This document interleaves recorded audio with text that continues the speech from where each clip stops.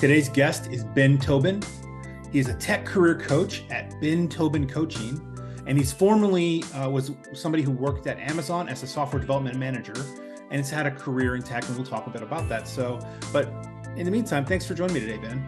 Yeah, thank you. Thanks for having me. So Ben, talk about yourself. Share a little bit about your background, where you're from, who you are, and what you do. Sure.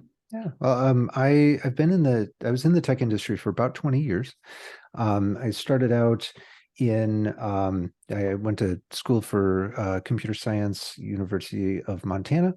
Not a school known for computer science exactly, and that really had more to do with my interest in the town and I grew up in Montana.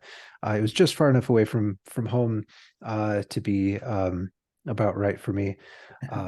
But yeah, from there, started working as a programmer and software engineer at some really small companies in Montana, and had a opportunity to make a jump over to Amazon after I had kind of moved around for about 10 years. And then for the last 10 years was there at Amazon in a number of different roles.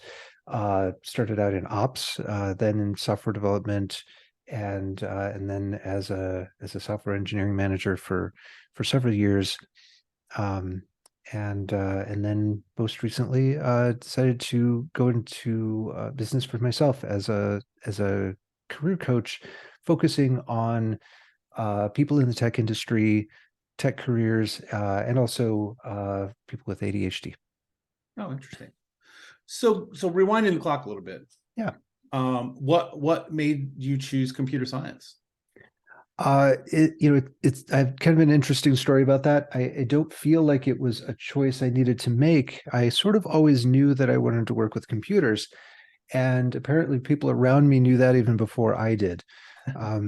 My mother told me about a time where she ran into somebody who worked at the daycare that I had attended before kindergarten. This was in the early 80s. So computer ownership was extremely rare. We certainly didn't own a computer. But this person in the daycare asked, "So did Ben go into computers like he clearly should?" And she was flabbergasted. Like, how did you know he's going to do that? We didn't own a computer then. I was just fascinated with technology my whole life, even as a toddler, apparently. And that just was the absolute most natural direction for me to go. I sought out computers and tech and an opportunity to learn about them and work with them at every opportunity throughout my life. So did you get opportunities before college then? I mean, in the early 80s, like you said, computers weren't around much. Did your family eventually get one before you went off to school, or you get access to one somewhere? We eventually did get an Apple IIe, and I think I was 12. You know, the idea of being able to like write programs myself was still just in kind of an abstract idea. I think I thought at that time that people actually wrote it in ones and zeros. But I knew I would get there eventually. And I would dig in deep into the settings and just mess that thing up and then fix it again, and just dug into it every way I could. When I was in high school, my high school tried out offering a computer programming class for the first time ever, and I was there for class one, and then class two, and then they ran out of stuff to teach me, and so they, to their credit, they partnered with one of the colleges in town, and so I got to take a college course in C++, during my senior year in high school, over at the college. And yeah, that was an eye opener in the sense that I had so much to learn, going from learning a little bit of outdated Pascal and QBasic in high school to actual C++. Is kind of, it was tough. That's a big jump. Yes. Yeah. But yeah, it was an amazing experience. So as you were finishing up in school, then, did you know you wanted to go into programming specifically? You know, because computer science is kind of a, you know, they have emphases, but you do a lot, right, in computer science. How did that work out into your first job? Uh, yeah, I mean, it seemed like the natural direction for me to go. I didn't. I also didn't know a lot about other options. I just kind of went with what seemed obvious. Um, in terms of my first job, as a slight digression, I was actually a really terrible student. I At the time I had an undiagnosed ADHD, and so I could just throw myself into things that fascinated me and could not do the most basic things for things that didn't, Hmm. and didn't have a lot of tools to manage that because I was undiagnosed. Um, so that continued, unsurprisingly, into college. And so while I was learning a lot in college, it was mostly because I was doing all these side projects and building stuff on my own and making servers and things like that, and barely passing classes. About halfway through, I was on the cusp of failing out, despite being ahead of many of my peers in terms of actual knowledge, and in some cases ahead of my teachers. Um, I and that sounds like bragging. This is a rural state liberal arts college. The bar was low. Um, Sure. so yeah, I got diagnosed, started getting treatment for ADHD, started building uh, some management skills and tools, and started doing a lot better, passing my classes. And about that time, uh, one of the like the local software company in Missoula, Montana, I think it really was the one singular one. I got an opportunity to work as a tester for them while I was still in college. It wasn't an internship; it was just a part-time job. Sure. And that was a great starting point for me. Um, I Being the kind of person I was, I introduced the concept of automated testing to them. They were somewhat resistant. They were very like all manual testing. Um, I don't know how much of that stuck immediately, but um, uh, I I had a lot of trouble doing the same thing twice. So I would automate my stuff and let them do whatever. Um, and then when I graduated, they moved me into programming, which was another one of those big jumps, like, oh my gosh, into the deep end. Um, but I think we were working VB6 at the time, Ah.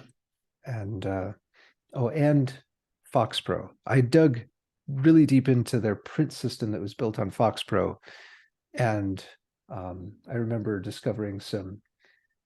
I sped it up like their printing system after I was done with it was like 20 times faster, maybe much more than that, mostly because it turned out that it was copying the entire database in order to do queries on it. It was nuts. Um, anyway, my storytelling style tends to show that I'm ADHD, so That's all stop me if good. I get too Well, far with you're this. also making me go, wow, Fox Pro. I remember Fox Pro. VB6. I was a VB6, VB5, then 6 programmer. So I know exactly what you're saying. So you're ringing some familiar bells for me. Yeah. Did you get into com programming with VB6? I I don't think we got to that level. We were a gigantic CRUD system primarily. It was a the system that I worked on was a record keeping system for police Okay. precincts organizations. So like case management, like Yeah. not as in like crimes. So I would entertain myself as a tester by entering my friends' names and making up elaborate crimes that they committed and print those off, and That's fantastic. which occasionally made some of them nervous that that would end up into the real system. But So that's very, really interesting. So then from that job, then now you're getting a foundation of some skills, right? Real working history. yeah. What kind of went into the decision to move to the next place? Well, I started to get a little bored. Um, Also, I realized that the company I was working for was pretty far behind the times in terms of being kind of on the leading edge of technology. Um, I worked with them for a while to start creating their first web uh, app, so to speak, like a browser-based version of their system. Prior to that, it was the enormous thick client, um, and it didn't. I mean, it didn't go that great because out of all of them, I knew the most about web development, and I was the guy right out of college. Right. And the entirety of teaching me web programming was a single 1 semester 3 credit class called like Web 101 or something. And by that point, I had learned enough PHP to run circles around my teacher, just to on the little side projects I was doing. So I knew just enough to get us into a lot of trouble, but knew nothing about building an enterprise system. Um, that said, I learned a lot the hard way in the process. But I realized that, um, well, that I was underpaid for the industry. I eventually realized that very late, and which was normal for Yep. this little tiny college town. And and also just I had so much to learn, and I wanted to be a little closer to, um, stuff happening on the internet. And so I moved from there to a company in an even smaller town, but they partnered with the state of Montana to build web interfaces for various um, government forums and things like that. Not exactly leading edge stuff, though. It was Perl CGI, Okay. which even at the time was a, a little, had some rust on it. Yeah, most people would say not to build a web app with it, but I have seen it. I have seen it like you're talking about. I have seen it in, like, funnily enough, in another government situation where the government always seems to be a little bit behind the times on the software front languages. Interesting, but that gave you an opportunity to learn something new. I take it. Yes, I learned a lot, got to exercise some different skills and to do some stuff professionally that I had been messing around with on my own a whole lot. Mhm. Yeah, in my free time, even after I graduated, I was building websites and running servers and things on my own, just because I was really interested in that. Built some websites for artists and stuff for free and things like that. So, what brought you to Amazon? Because that's a big job, right? A lot of people go, that's a dream job for many people. It was a really exciting leap for me. I had to kind of there was a bit of a sacrifice that I had to make in order to do that, though I didn't really think of it in those terms at the time. Uh, by that point, I my job title had been interim director of development at this little tiny company, which really meant like manager in training. Um, and I didn't get the official director of development job because somebody with 20 or 30 years of experience at AT&T came in and applied for the job, and of course they had to hire him. I mean, it was the right choice. I Right. didn't know what I was doing. So I ended up going from a role with director in the title, although qualified, to support engineer at Amazon. Um, I don't think I even realized the well, title wise at least, the degree of the step down I was taking. I didn't really know what I was agreeing to as a role. I didn't even know what operations was. Uh, Having worked at these tiny little companies who didn't use terms like that, but it was a chance to get my foot in the door at a company like Amazon, and so of course, yes, yes. Um, the interview experience was rough. Mhm. Um, uh, I'd say significantly rougher than it is for most people today, because back then they did not prepare people well, and they didn't train people to interview well. So didn't realize that I would be coding live. They Oh, didn't wow. even mention that to me, and I had never been in an interview like that before. And in the interview, one of the interviewers told me that my answer was a fail to my face. Oh, wow. Um, so bad interview experience overall. Somehow, they still offered me the position, and I had to work with that guy. That is odd, right? It's not typical to get immediate feedback or even feedback ever, right? They're always worried about liability. Yeah, well, this said a lot about the guy who was interviewing me. Sure. We kind of uh, we learned to respect each other and work with each other, but that was a tough interaction for sure. So then you worked many roles in Amazon. How did that come about? I mean, you were a programmer before, now you're doing operations. I'm assuming part of that change was to want to get back into another area, but what was kind of your thought process as you had opportunities to change roles?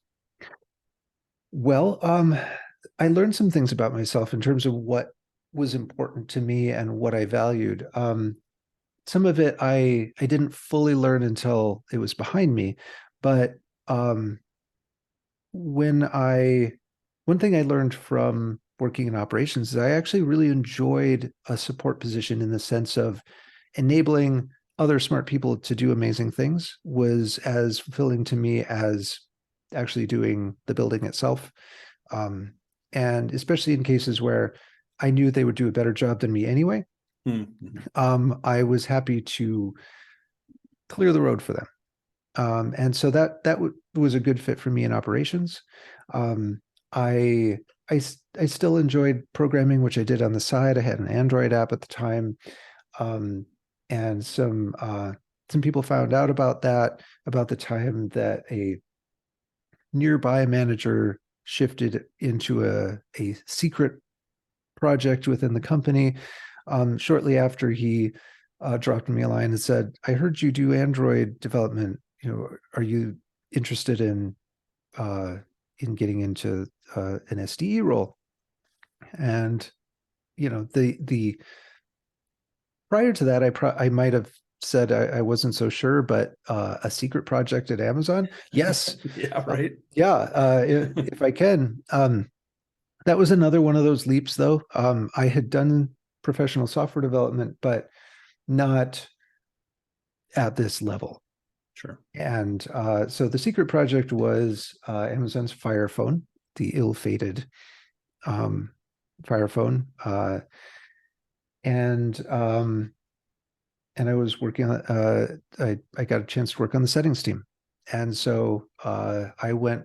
Yeah, while I had done a bunch of Android development on my own, learned a lot that way. I sure as heck wasn't doing enterprise level uh, Android development on the operating system for a phone. And boy, and this team had incredibly high standards. I learned so much. I don't know that I necessarily left a great impression about my technical skills with that particular crew, but boy, did I learn a lot, and I respect the heck out of them. Um, and learned a lot about actual automated testing rather than the crazy stuff that I cooked up uh, back in my first job. And um, yeah, I had just had a great time learning how to do that. At the same time, develop started to learn that lesson from my previous role there, that I was just as happy in a support role, enabling the really amazing smart people around me. And that's I think when I first started to think about heading toward sort of back toward management. Interesting. Which I think brought you on the path to where you are today a bit, right? Absolutely. At what point did you begin to think about maybe I could create my own business? Because it's different than what you were doing before, right? This is coaching, career coaching versus, although there's a lot to that in managing people. At Mm-hmm. what point did that thought come up, though? Well, um, I guess I can kind of give you the story of what got me there first. Yeah, like I Sure. think the first step was um, when I was on this first team as a software engineer. After I'd been there for a while, um, another team member had joined. He came in with a doctorate in computer science. He's incredibly smart guy, really great guy, but he was struggling a little bit to kind of integrate with the team and establish himself. And he was being mentored by a senior engineer on the team who kind of didn't know what to do with him. And so my manager, um, I think in a little bit of desperation, said, "Why don't you see if you can, you know, kind of break the ice with him and be his mentor?" He was a level above me. I was mentoring a senior engineer, and uh, so, and I didn't know anything about mentoring in any sort of formal sense. So I started taking him on walks, once a week to just kind of chat and talk about what he was thinking or working on, or how he was doing. And it really kind of turned around for him, and I found that I really, really enjoyed that. And I found that really rewarding. And I thought, you know, I think this part of helping people get established and develop and find their strengths and figure out how to use them well and start to earn the trust of their peers and stuff, like that was really rewarding to me. So that was the turning point for me to start heading back to management. It took several years for me to get there at a company like Amazon, where the bar for managers is high as well. Mhm. And as a bit of an introvert, so I was not a classical, like an obvious he should manage kind of case. So I kind of had to campaign for myself to get there. Um, but after I made my way into management, and I managed to, I did that for several years. Um, I think a few times I probably mentioned to folks that, I kind of wish that there was a job out there that was just the parts that I enjoyed, which was that developing people one on one, helping them overcome their blockers, helping them find their strengths and leverage them, how to succeed, uh, get settled, or to get to the next level, get promoted, or whatever their career goal was. Um, and figuring out their career goals, all of these things, I really enjoyed that, and I found that I was good at helping people navigate the tech industry. And because it's not like every other industry. It's got its own quirks and reasons for doing things. And Amazon in particular, had its own as well. Excuse me. Um, and so I think I mentioned that to several people over time, that I wish that there was this mythical job where it was just the parts that I loved and not the parts I didn't, like the endless management meetings and the spreadsheets and um, uh, resource planning and many other manager things that I wasn't always good at and certainly didn't enjoy so much. And then uh, I've been I've been an avid cyclist, long distance cyclist, and my dad also does the same.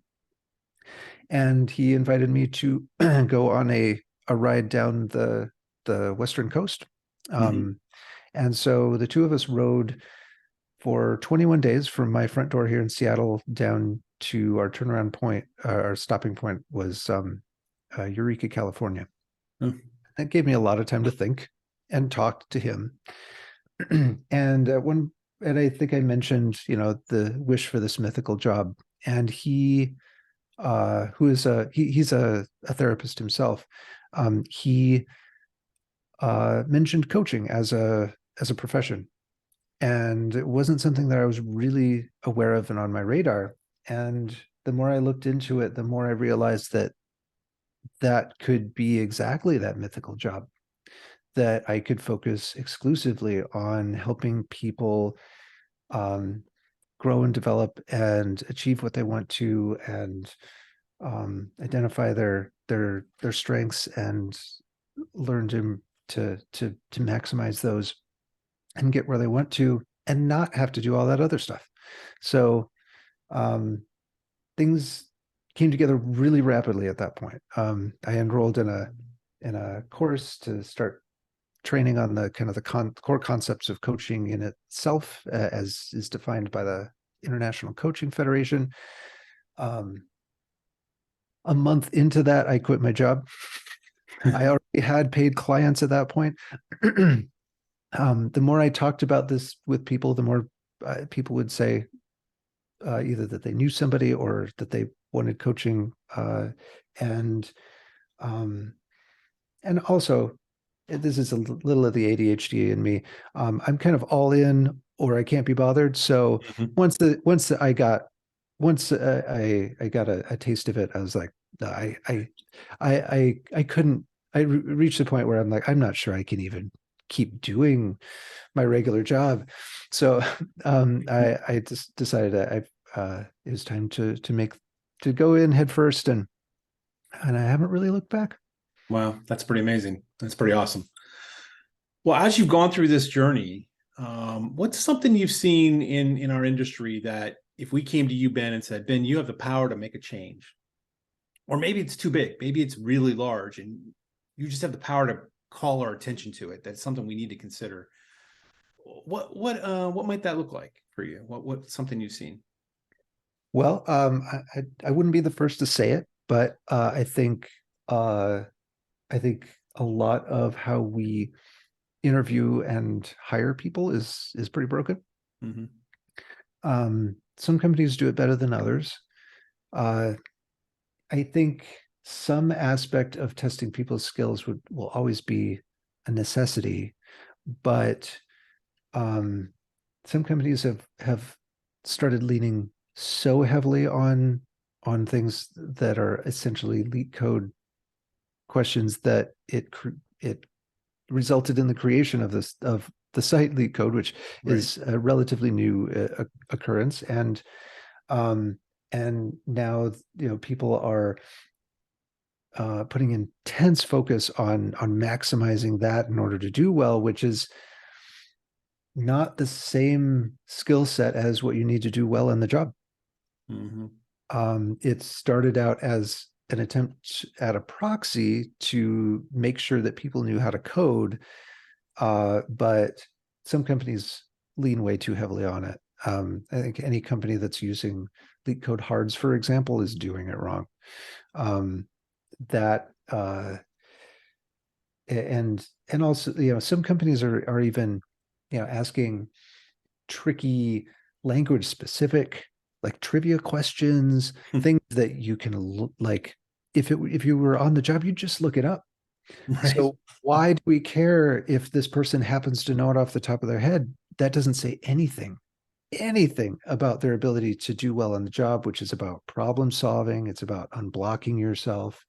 It's about creativity and dealing with ambiguity and adapting to change. Those are the things that we need to be looking for. Yeah. And these um, these questions started out as a way to test people's problem solving skills and make sure that they really knew how to code. Um, and it's kind of morphed and become too big a part of what many companies are looking at for hiring people, and they're missing out on great people who can learn quickly but don't do well at lead code problems under pressure, or and they're hiring people who are great at memorizing complex solutions and these patterns, and who are not so great at the actual day-to-day of building good code. It's interesting. And I've certainly observed that myself, and I've done hiring over the years and tried not to fall into those traps. Do you think, especially for the larger companies like a Facebook or I guess Meta and Amazon and Google, do you think it's a bit of a filtering mechanism for the number of sheer candidates they get for positions? Absolutely. And I think those companies are, for the most part, are doing a better job of it than I think the average company. Mm-hmm. I think a lot of companies looked at that aspect of the big company hiring and thought, oh, that's how they decide Right. how to hire somebody. It's really just a filter. Mm-hmm. Um, uh, Not entirely. I mean, there's the initial kind of now they do online assessments, which used to be a phone screen where you'd actually speak the code out loud. That was what my interview was. Um, and I did Perl, so I was like at symbol A. Um, After coming to terms with the fact that they were asking me to do that in the first place, I was really anyway. Uh, yeah, it's mostly a filter, and then I think some people get too hung up on needing to like nail things like the syntax and compilability and stuff when it's like they're doing a whiteboard or the equivalent of a whiteboard. It's like if they're doing it right, that doesn't really matter. They're looking for like, can you operate in this space? Can you code? Can you problem solve? That's the big one. And also, how do you approach it? How, like, what's your thought process? And so, um, like people mastering leak code aren't necessarily mastering some of the things that they actually need to do well, which is communicate their thought process Yeah. to to collaborate. Many people, that's something I find I'm helping a lot of people realize in the industry is if you're not asking questions during your interview, you're probably not doing that well. And I'm not talking about the do you have any questions at the end. If you're not asking clarifying questions, if you're not collaborating with the person that you're interviewing with, and also interviewing them back because it's a two-way process, Right. it's probably not going as well as you think it is. That's good. Yeah. So what's next for you? The company's still fairly new, right? You launched this year. How Yeah. are how are things going, and what's next for you? Well, things have gone very well, and I, very quickly reached a point where I my calendar was full a month out and kind of needed to start looking at ways of scaling. Um, and so I'm still in the fairly early process of starting to partner with some engineers that I've worked with in the past to fill in some of the gaps on the things that I don't think I'm the best person to help people with. One of those is people who feel like they need to sharpen their actual technical skills on the technical interviews. Mm-hmm. Um, uh, I I mean, I could work with people on that, but I spend enough time as a manager and kind of with other focuses that I'm probably not the best person to do that. And frankly, it's not really what I want to work on. So I've got some incredible engineers who worked for me in the past for years, who I'm partnering with to do what we're kind of calling the learning how to learn program for software engineering. They're not tutoring. They are kind of providing a guided self-learning process for people to work on their own project. Hmm. So it's for people who can be, um, reasonably self-directed, but kind of need somebody to provide some shape and also to unblock them when they get stuck, so they're not wasting their time. Hmm. And to build a project for themselves to both learn from it and to have something to show off on their resume. Wow. Well, Ben, this has been very interesting getting to know you. I'm very intrigued by your business and what you're doing. Because I'm in the tech industry, of course, that would be of interest to me. So I really appreciate you sharing about your journey, and thank you for coming on the podcast today. Well, thank you for having me, Jeremy.